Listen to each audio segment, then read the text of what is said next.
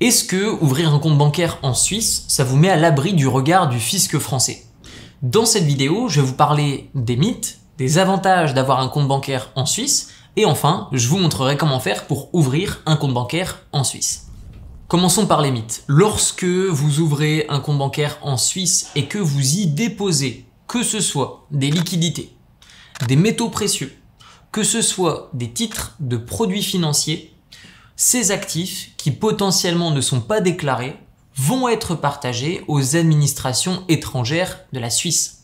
Depuis 2009, la Suisse a signé un accord à Berne pour ne pas être listée sur la liste des paradis fiscaux. C'est une liste noire qui va tout simplement empêcher le bon fonctionnement bancaire d'un pays. Et donc de ce fait, la Suisse partage les informations aux autorités étrangères depuis 2009. Il y a une seule condition qui empêche cette transmission d'informations, c'est le fait que vous soyez résident fiscal suisse. Si vous êtes résident fiscal suisse, que vous avez des avoirs en Suisse, donc des produits financiers, des liquidités ou des métaux précieux, au sein d'une banque, eh bien cette banque est autorisée à ne pas transmettre les informations aux autorités étrangères. Il y a encore une fois une seule condition à laquelle ces informations peuvent être partagées, c'est dans le cas d'un crime où par exemple vous avez volé de l'argent ou vous avez fait quelque chose de mal à l'étranger et les autorités étrangères, donc la police, Interpol, etc. vont venir contacter la banque en question et la questionner sur vos avoirs. C'est uniquement dans ce type de cas, si vous êtes résident fiscal suisse, que vos informations vont être partagées. Mais si vous êtes par exemple résident fiscal français, thaïlandais, panaméen, peu importe, ou aux Bahamas, si vous avez des avoirs en Suisse et que vous n'êtes pas résident fiscal suisse, ces informations vont être communiquées aux autorités étrangères. Cependant, il y a des avantages à l'ouverture d'un compte bancaire en Suisse. J'en vois surtout deux. Le premier, c'est le fait d'être dans une banque qui est extrêmement solide. En Suisse, vous avez un ratio liquidité disponible comparément au capital déployé, donc principalement le capital qui est prêté, qui a un excellent ratio. Par exemple, en France, la plupart des banques sont soumises à une régulation qui dit que les banques doivent détenir au minimum 8% des liquidités disponibles comparément à ce qu'elles peuvent prêter. Je vous donne un exemple concret. La banque prête 100 milliards d'euros, elle doit au moins avoir 8 milliards d'euros sur ses comptes bancaires en interne. Ce qui est le cas de la plupart des banques en France. En Suisse, même si ces banques ont une certaine limitation, elles sont largement au-dessus des liquidités disponibles de par le simple fait que les clients de ces banques ont énormément d'argent. Le deuxième énorme avantage à avoir un compte bancaire en Suisse, c'est la disponibilité de vos liquidités. En France, je vous invite à aller dans une banque, au guichet, de demander 1000, 2000, 3000 euros, que ce soit en liquide ou tout simplement d'effectuer un virement, que ce soit sur le compte bancaire d'un autre résident fiscal français ou encore pire, à l'étranger, eh bien vous allez voir que vous allez énormément rencontrer de difficultés. Je vous donne un exemple très concret, je fais de l'investissement dans des entreprises non cotées, c'est-à-dire que j'achète des entreprises et je revends des entreprises qui ne sont pas cotées en bourse et j'en suis généralement le propriétaire à un moment donné. Donc c'est-à-dire que je reçois à un moment donné des montants qui sont importants, donc plusieurs millions d'euros, et j'effectue des opérations d'achat de aussi plusieurs millions d'euros. Donc les mouvements qu'il y a sur mes comptes bancaires sont assez volumineux comparément à la normale. Et donc de ce fait, je vois au quotidien quels sont les résidents fiscaux de tel ou tel pays qui ont le plus de difficultés à utiliser leur liquidité. Et je vous le dis, le pays qui galère le plus à vous laisser la disponibilité de votre argent, c'est la France. Quand je travaille avec des Suisses, effectuer un virement de 500 000, 1 million, 1 million 500 000, ça se fait en un claquement de doigts.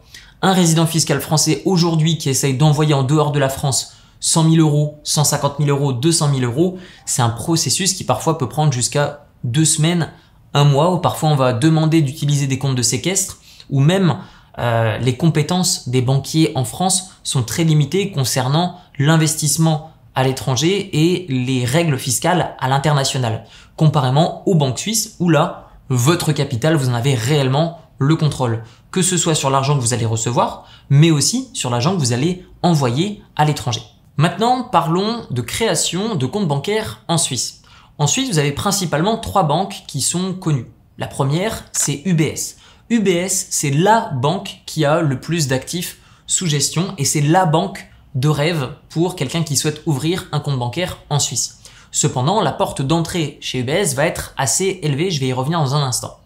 La deuxième banque la plus connue, c'est le Crédit Suisse. Le Crédit Suisse n'a pas autant de solidité et de liquidité que UBS. Cependant, ça va être un peu plus facile de rentrer au Crédit Suisse. Pour moi, le gros avantage du Crédit Suisse, c'est que c'est une entreprise de gestion d'actifs qui est excellente comparément à UBS, où c'est plus de la protection de patrimoine. Cependant, vous n'avez pas besoin d'avoir un compte bancaire chez les Crédits Suisses pour profiter de leurs produits d'investissement qui sont listés tout simplement sur les marchés financiers en Suisse. Donc de ce fait, pour moi, la meilleure banque, c'est UBS. Et enfin, une autre banque de laquelle vous allez entendre parler généralement, c'est la HSBC. Je ne vous la recommande pas puisque c'est cette banque qui par le passé a eu des antécédents de dissimulation d'actifs non déclarés. Vous avez, si vous êtes résident fiscal suisse, deux conditions. La première, c'est une pièce d'identité valide et un permis de travail. Si vous n'êtes pas résident fiscal suisse, vous ne pouvez pas avoir de permis de travail, etc., etc. Donc c'est un petit peu le serpent qui se mord la queue. Donc si vous souhaitez devenir résident fiscal suisse, c'est un tout autre sujet. Si vous êtes déjà résident fiscal suisse, il s'agit simplement d'avoir cette pièce d'identité valide et ce permis de travail.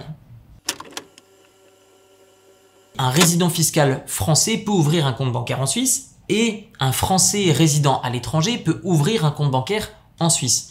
Mais il va y avoir deux grandes conditions. La première grande condition, c'est de déclarer l'ouverture de ce compte bancaire aux autorités fiscales dans votre pays de résidence. Donc si vous êtes résident fiscal français, vous devez déclarer au fisc français que vous avez un compte bancaire en Suisse avec autant sur ce compte bancaire. Ensuite, vous allez avoir les conditions de la banque en elle-même. Donc évidemment, plus vous allez essayer d'ouvrir un compte bancaire dans une banque qui a des actifs sous gestion, plus cette banque va avoir des conditions d'entrée qui vont être élevées. Ces conditions d'entrée sont généralement les suivantes avec quelques changements. Déjà, une pièce d'identité valide, mais surtout un apport. On va vous demander un apport de au minimum 300 000 €. Si vous avez moins de 300 000 € à déposer sur le compte, c'est pas la peine d'essayer d'ouvrir un compte bancaire en Suisse. Vous allez rencontrer des difficultés ou alors la solidité de la banque ne va pas être à la hauteur du prestige ou de l'idée que vous en avez.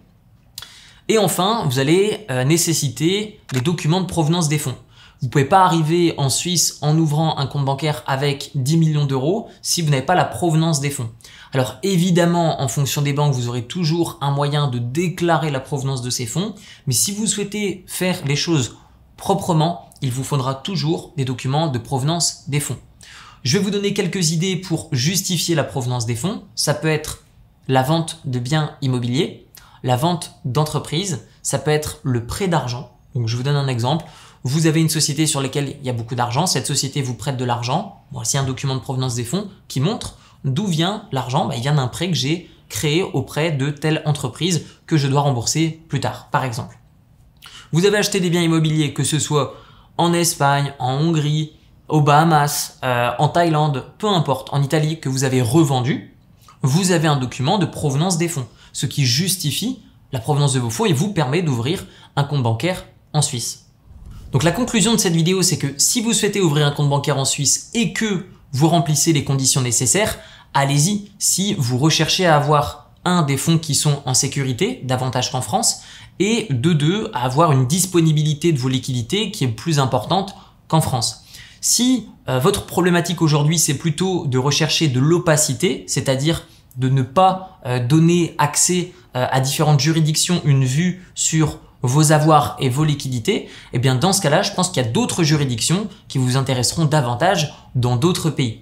Si vous souhaitez avoir plus d'informations sur tout ce qui est l'ouverture de compte bancaire, l'expatriation, rencontrer des gens dans votre cas et le mien, je vous invite à rejoindre le Discord en cliquant sur le lien qui est dans la description de la vidéo, sur lequel vous allez pouvoir vous rapprocher de personnes qui ont les mêmes problématiques. Je vous dis à très bientôt dans une prochaine vidéo. Prenez soin de vous. Ciao, ciao!